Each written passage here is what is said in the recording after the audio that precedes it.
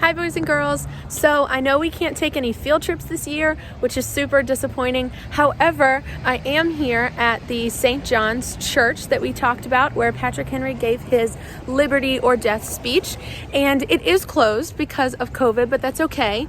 So this is the gate that says St. John's Church 1741, and you can kind of see the church in the background. On March 23rd in 1775, that is when Patrick Henry delivered this give me liberty or give me death speech. And what's really cool is that George Washington and Thomas Jefferson were also here when he gave that speech, which I think is pretty neat. And if you can see, there are some headstones behind me. So it is a working church and a cemetery. And if you know who Edgar Allan Poe is, he is a poet who wrote the poem The Raven. He's a very dark poet, but his mom is actually buried here, which is pretty neat.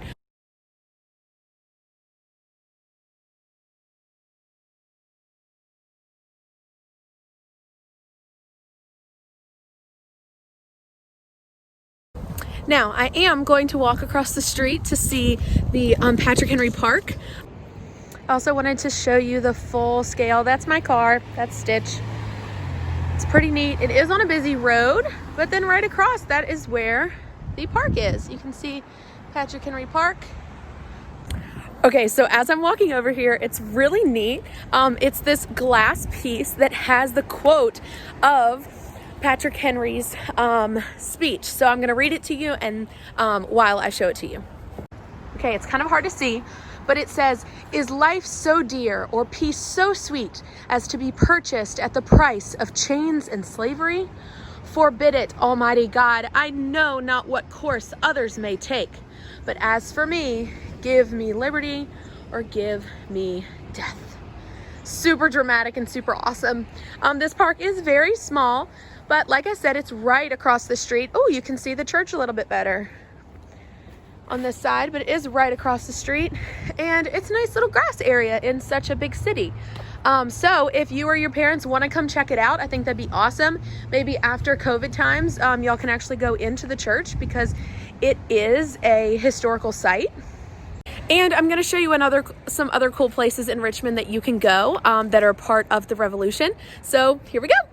I went right down the street from the church. It's actually like 2 streets over, and I'm at Libby Hill Park. Not only is this one of Miss Barlow's favorite places to come in Richmond, and I will show you why in a minute, but it does have a lot of historical significance, which I think is pretty neat. I'm going to show you a plaque that explains why it's so important and why I think you should see it. So I'll be back. Okay, everybody. So this is why Ms. Barlow loves Libby Hill so much. I'm going to show you the view that you get when you're at the top. It is unmatched and absolutely gorgeous. I can't wait to show you. Look at that. You can see rain over there. Gorgeous view of the city. Of course, we got some construction. Wouldn't be a city without it. Then we've got the actual city of Richmond over there. There's Belle Isle and Browns Island over there. And then we've got the beautiful James River. And the James River goes that way, all the way to where we are, which is pretty cool, in Chesterfield. If you see up there, that's the James River, and it kind of curves. Well, that is actually a river in England called the Thames River. So we've got it right here. The curve of the James River and the steep slope on the side are very much like the features of the River Thames in England. And that's a village west of London. So they called it Richmond upon Thames. Well, because of that, that's why they named the city Richmond. Now, on the outskirts of Libby Hill, if the wind will stay on my face, on the outskirts of Libby Hill, you have these gorgeous homes. These are some of the oldest houses in Richmond. We actually have the oldest house in Richmond, 2 streets over, and it was built in 1796 along with the dedication of Libby Hill as a part of Richmond. It was named after some random guy. Honestly, there was no significance to this guy. He didn't give money. He wasn't famous. His last name was Libby, and they named it Libby Hill.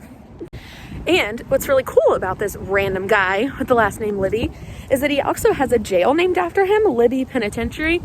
also for no reason. He didn't support them financially. He didn't help build it or anything. They were just like, yeah, let's name it after you. I am down at the James River at Browns Island and Belle Isle. I wanted to show you what the James River looks like up close and personal if you've never been here before. I am going to go out on that bridge, but the water is very loud, so I wanted to make sure that you could hear me. If Christopher Newport and his men were able to make it up here, they wouldn't last very long, and I'm about to show you why. I am on the bridge, and this is what the water looks like. Now, it is a very windy day, and the tide is very, very high because of all the rain that we got, but this water is very shallow. If Christopher Newport's ships were to come through here, it would be completely destroyed.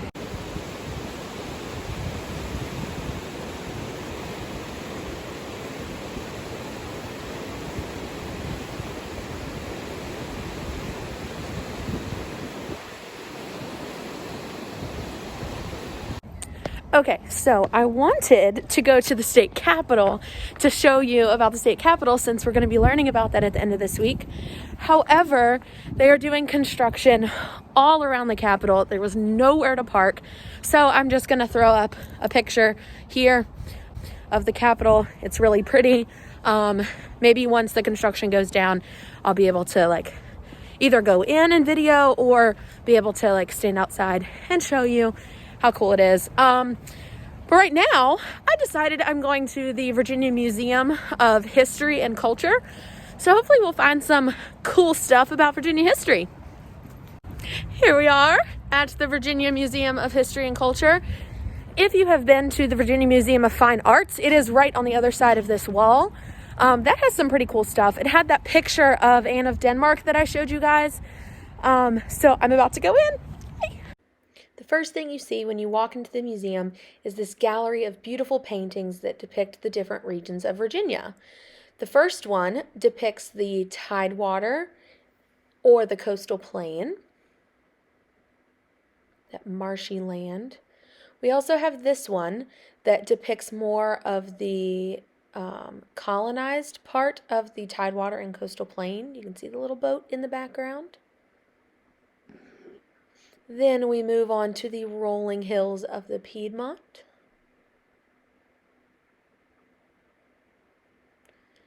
And here's my absolute favorite. It is depicting the Piedmont region. That's what they labeled it as, but you can see the Blue Ridge Mountain behind those rolling hills.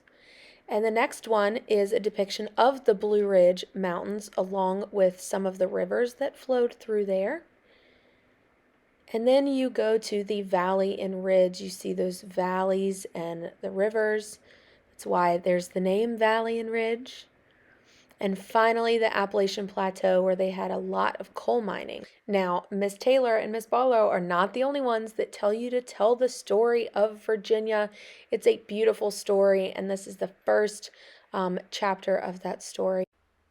Here you see a map showing the different explorers coming from Europe to the West World, to the New World. And the yellow represents Christopher Columbus. He came across the Atlantic Ocean and down more towards the islands below Florida, while Christopher Newport came straight across and south a little bit to go to Virginia.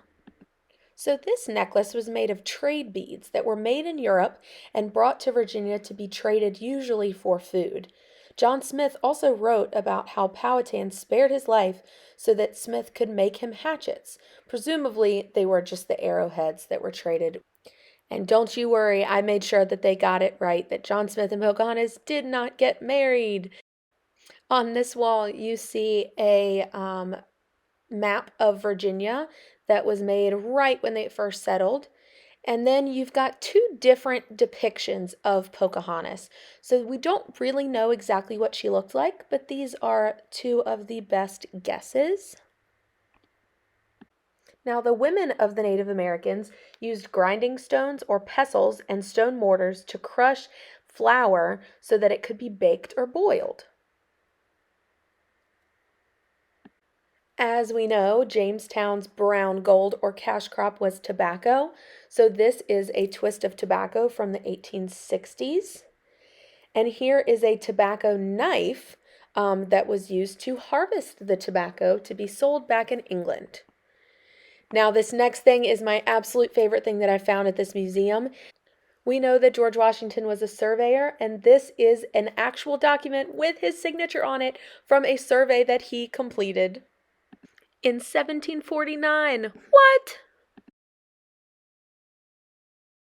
Now to the Revolution. This is a painting of what happened in St. John's Church. The guy with his hand up is Patrick Henry saying, "Give me liberty," or "Give me death."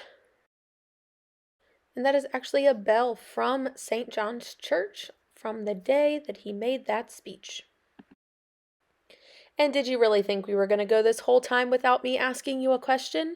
Why do you think that Patrick Henry was called the voice, Jefferson was called the pen, and Washington was called the sword?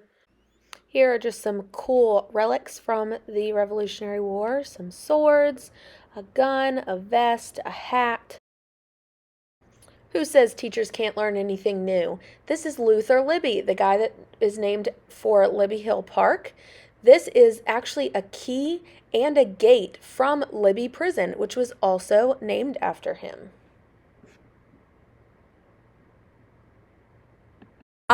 That was probably my favorite place, like, ever. I've never been here before, and it is my absolute favorite place. They have so much about Virginia history, and not just the stuff that I showed you. I only showed you the stuff that we have talked about, a little bit extra, but only leading up to what we've talked about.